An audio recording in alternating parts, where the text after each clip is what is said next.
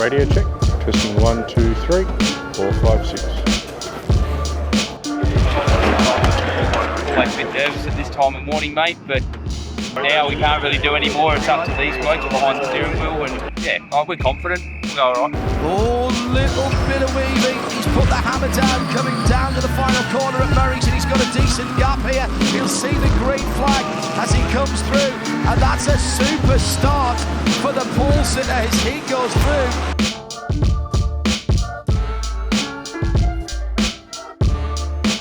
Box, driver chain. Yeah, no chains on me, I'ma keep it moving if the tank on me, that's cool. Tell them boys stay in school, don't be a fool, no man, it's just what I do. I take the lever I go and distribute.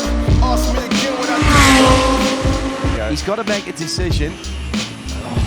There's where's Colin going to go? Yeah. Colin's up against the wall on the left. Yeah. Kelvin van der Linde goes to work straight away, trying to get temperature into those tyres above the number 22 Audi for the first run up Mountain Straight on this safety car restart. The BMW, Maxime Martin on the outside. And what can Chris Haase do? He's just Martin, look how deep he went. It won't work, it won't pay off, but it might open the door to the Audi. He's got to wheel up the inside of Jackson Evans. They're going to war down towards turn one. Goon on safe for a moment, and Chris Haase gets himself up, potentially to the podium. I did think that 22 Audi was still in with a shot. I think Goonon helped him out there actually, because he slightly blocked Jackson Evans as he was coming into Murray's for the final time. The Porsche is running skinny. We know it's quicker in a straight line, but the Audi's got the preferred line into Visit New South Wales Griffin Bend, and Chris Haase on the third step of the podium for the number 22 Audi.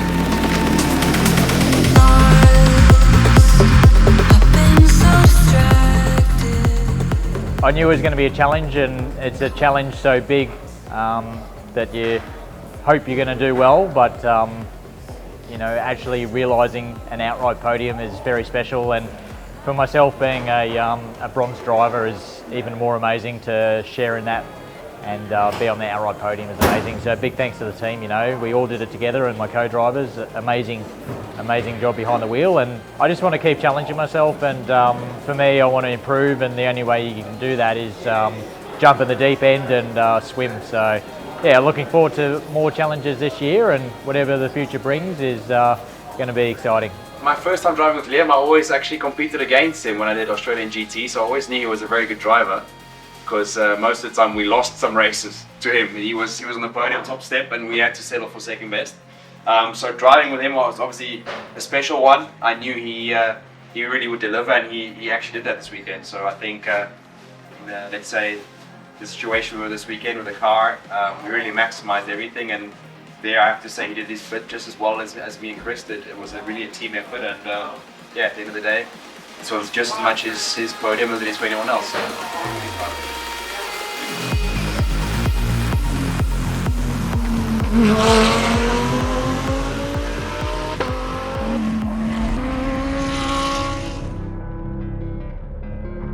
We were really going for the best possible performance we could get in our first season. There's a lot of pressure, a lot of eyes on us with the brand, being a new team as well.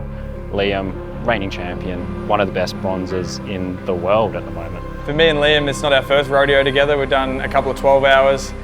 We won Pro-Am at 12 hour together. I've done a little bit of GT stuff with him too, just filling in on some weekends. So to have a full campaign together is pretty exciting. Obviously he's a reigning champion as well, so no pressure on me to make sure that I don't let him down at all this year. But you know, he's a world sensation as a bronze driver. But you know, we know he's got more talent than just being graded as a bronze driver. When you say that you're a Ferrari race car driver, that's significantly different to any other race car that you can be part of.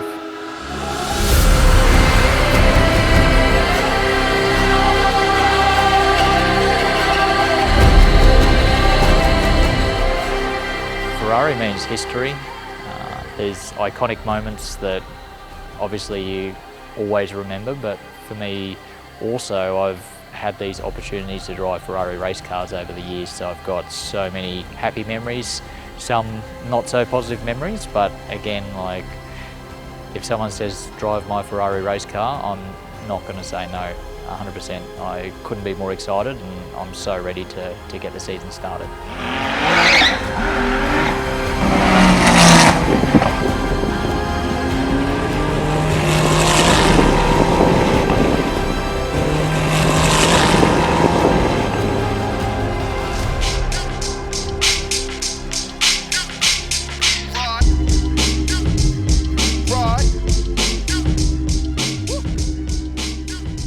Take a look at some of those really cool Ferraris, which made their debut successfully here this weekend. So this has been a big undertaking, a big commitment by this team, hasn't it? Here's Adam DeBora here. Hello, mate. We're live on Facebook. Sorry, we're dive bombing you here. Good first outing for these cars. Yeah. A lot of work's gone into it. Give us a little debrief on Saturday here at the Island.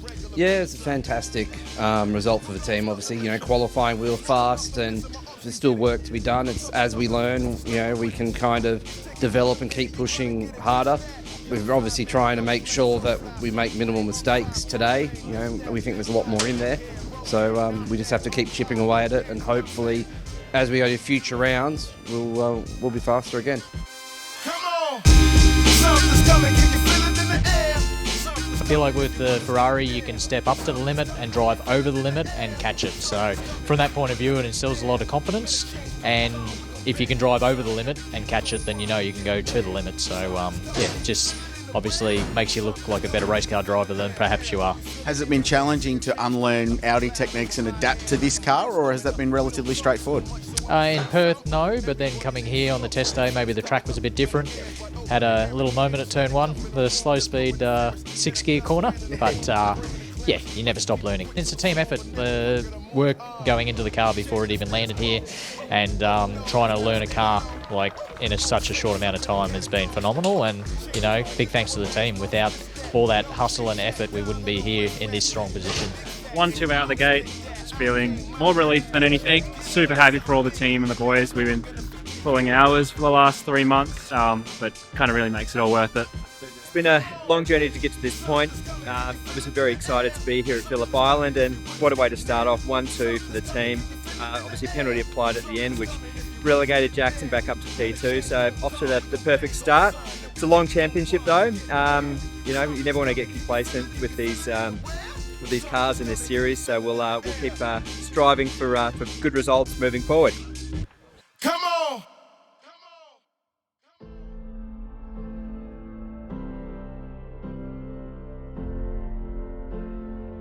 You talk about yourself as the bronze driver, but I see the way you're interacting with Elle and bringing him up to speed and being encouraging, and honestly, couldn't be happy with the dynamic in the team at the moment. So it's awesome.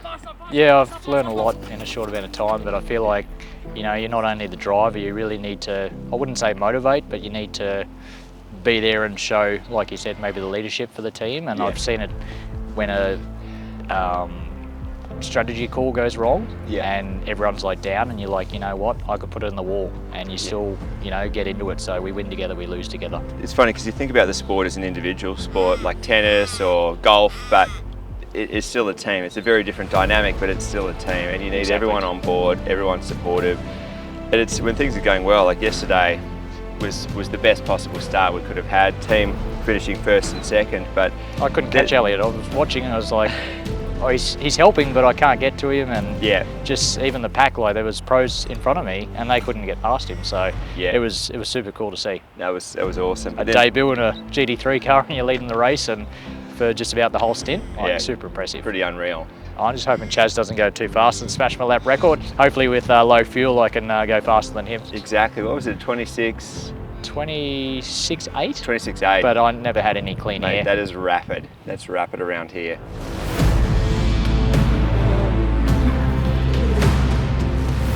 Mate, it's phenomenal being here, not only at Phillip Island but also with the Ferrari. It's always been a dream of mine to shoot for the red team, and mate, it's phenomenal to be here. And it's just, the car's different, but not only that, but it's also seeing our mate drive it. It's so good, man. Can't describe it.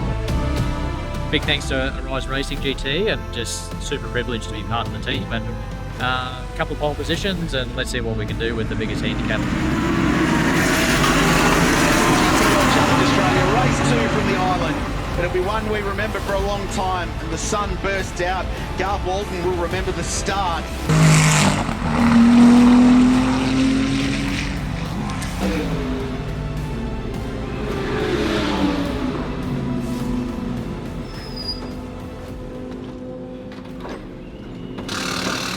Gearbox had stuck me stationary, so then I like trying to get it going, and somehow I got it going, and then I'm going, and then yeah, got the gearbox temperature overheating or clutch, and then fucking cold tyres, and just under braking I like distracted with the alarm, went over the crown touch, and then just had nothing left, and it spun it. Oh, you had a spin? Yeah. Ah, so okay. I was like in no man's land. Yeah. So I just, by the time I got out, I'd like go out the car and I saw how far back you were, and I'm like, fuck, that's not 15 seconds. And then I saw they showed a replay of like the pit stop. Oh, where'd you come? Second. Oh. Nice. Yeah, it was good. No, because the Schumacher had a crack at Tim and then spun. Oh, really? Yeah, I think you got close to Schumacher at the end when he'd come back on. Yeah, I was right beside him. Yeah, so we were running third, and then promoted to second. So nice. Awesome. To come back with that pace shows that we would have had a very easy day if I didn't make another error. So disappointed in myself. It's all on me. No one else to blame. Obviously some things contributed, so we can learn, and it's good learning lesson. I believe we're leading the championship still, so first round to have not a perfect round and lead the championship is not a bad day. For the team, they've done so much work, and I've got so much faith in them, and yeah, just super humbled to be part of this project, and yeah, let's get after it next round.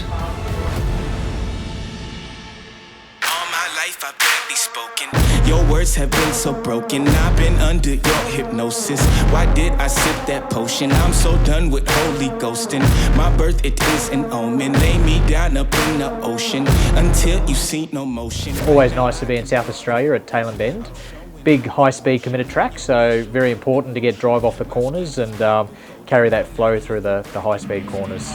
Very critical under braking, obviously trying to maximise braking as late as possible, and we have a variation circuit that we haven't done before, so it's the West Circuit, so there's a few unknowns here, 2 different corners that we've never done, and shorter tracks, so it's going to bunch the field together, and not sure what it's going to bring, but let's find out.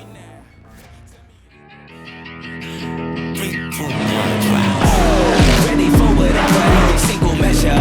Comply with the pressure, make you lose your breath. I would never break ever. Anybody on this earth who gon' do it better? Whatever, it don't matter, I will get the treasure. Bigger than the desert, I'm a fortune teller. Big stepper, trendsetter, ready for whatever. Do it till the night I'm on another level. I started a warm-up, which was nice. It was a bit cold this morning. Finished P2 in race 2.